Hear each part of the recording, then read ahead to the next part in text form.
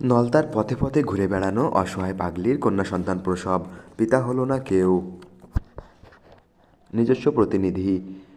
সাতক্ষীরা জেলার কালীগঞ্জের নলতায় মোসাম্মদ আরিফা নামে এক পাগলি সুন্দর ফুটফুটে এক কন্যা সন্তানের জন্ম দিয়েছেন, কিন্তু নবজাতকের পিতাকে তা কেউ জানে না।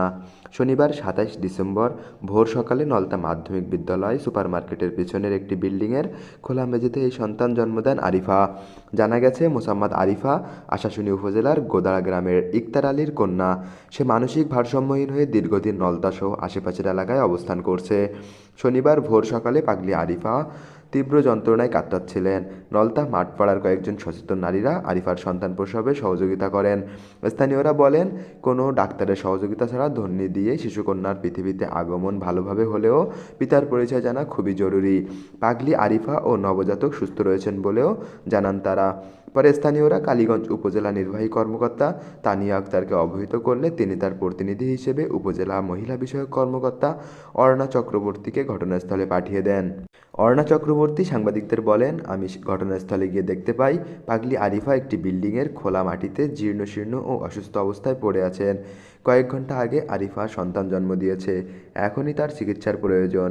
বাচ্চাটি জন্মগ্রহণের পর পশ্চিম নলতার ইউসুফ রিনা দম্পতি শিশুটিকে ডাক্তার দেখানো, দুগ্ধপান ও গরম পোশাক পরিচ্ছদ দিয়ে নিজ বাড়িতে সেবা যত্ন করেছেন। উপজেলা নির্বাহী কর্মকর্তার নির্দেশে নবজাতক ও তার মাকে চিকিৎসা, আইনি সহযোগিতা ও পরবর্তী পদক্ষেপ কী হবে তার জন্য কালীগঞ্জ উপজেলা স্বাস্থ্য কমপ্লেক্সে নিয়ে যাওয়া হচ্ছে। এ সময় উপস্থিত ছিলেন নলতা ইউনিয়নের ৪ নং ওয়ার্ডের মেম্বার ইব্রাহিম খলিল, দৈনিক দৃষ্টিপাত পত্রিকার বিশেষ প্রতিনিধি রফিকুল ইসলাম, দৈনিক ডেইলি পোস্টের সাংবাদিক আবুল কালাম বিন আকবর সহ আরও অনেকে। এই ঘটনার পর পুরো নলতা এলাকায় ব্যাপক আলোড়ন সৃষ্টি হয়েছে।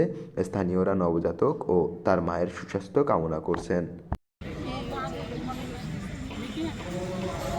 দূরে ছিল, দূরে।